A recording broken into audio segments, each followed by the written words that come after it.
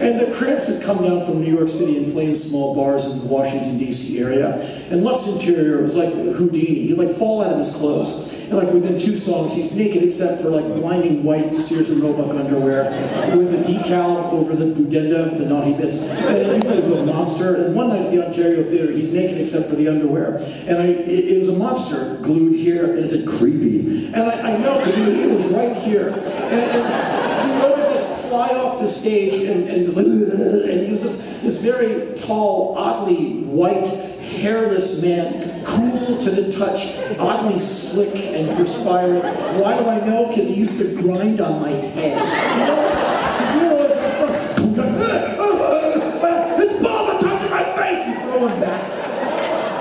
And one time we were in some place called Falls Church, Virginia, and there was, it's now a Chinese restaurant, but back in those days, it was called Louis Rock City, and it's about as big as your living room. It holds like, I don't know, 300 people, and we saw the Ramones there. And on that evening, they were just like shoving people in, like spraying people with WD-40 and cramming them in.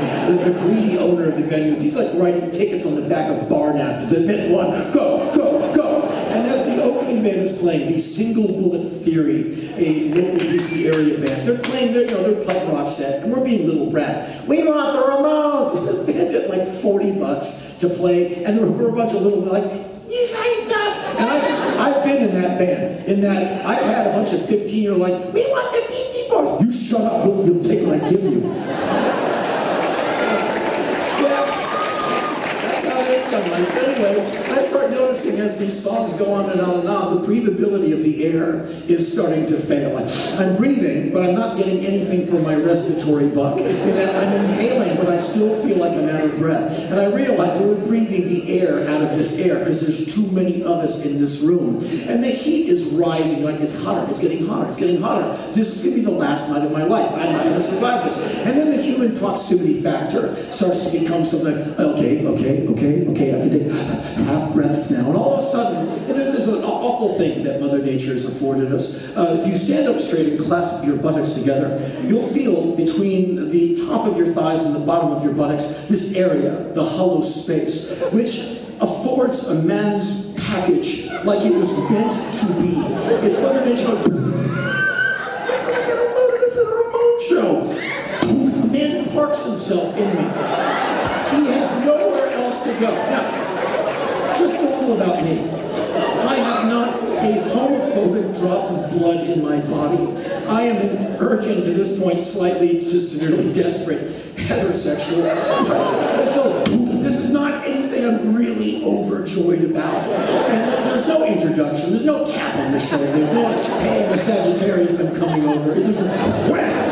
And I'm like, whoa, whoa! And to get away from the intrusion, I thrust myself forward, take evasive action, which sends my young boy package into the man ahead of me, who does not receive me with any gladness at all. And so to get away from me, he slams into the man ahead of him, and he looks down, and he sees this merger that he has created, and he says, what have I done? And to rectify the situation, he rams back into me, which basically says to me, I've given this 4 seconds of thought, let's get a room. I'm like, no! And so I go slamming back into package 1, which says to the guy behind me, I've been thinking about this for about 14 seconds, and let's do this. And so this is happening all across the front of the venue because we're all being smashed together. The poor Single Bullet Theory thinks it's them. They think it's their rhythm section is tapped into man's primordial urge to procreate. It's not a homoerotic experience. It's like men running to the woods and banging on cans for the weekend. It's like, and so finally the Ramones come on stage and we're like these punk rock sardines who could have walked across our heads. We're so packed. We're like, and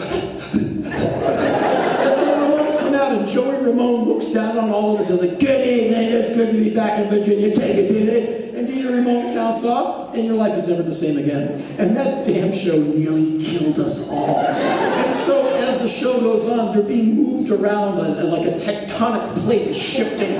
You're getting moved and squeezed and kind of ricocheting as like people squeak together, you get popped out. I end up standing right there, right in front of Dee Dee Ramone, who's sweating profusely. He becomes my hydration resource. And people are tapping me, they're dying, they're tapping me, I'm like, oh, I got this, lick. He barely survived the show, and at the end of the show, after like 5 encores, they played at least 150 songs. And like you are now glued to other people by your body salts, which have come through your body, and now leaving these massive white sodium stains on your shirt. You're like, ah! And we staggered out into the parking lot and fell all around Ian's, 14th century duster car. I think it was Mark Sullivan, the singer of King Face, who had the strength to stand up and stagger to a 7-Eleven and get a 1-liter bottle of full sugar Coca-Cola, and which he administered to us 1 capful at a time. There you go, there you go, there you go, there you go.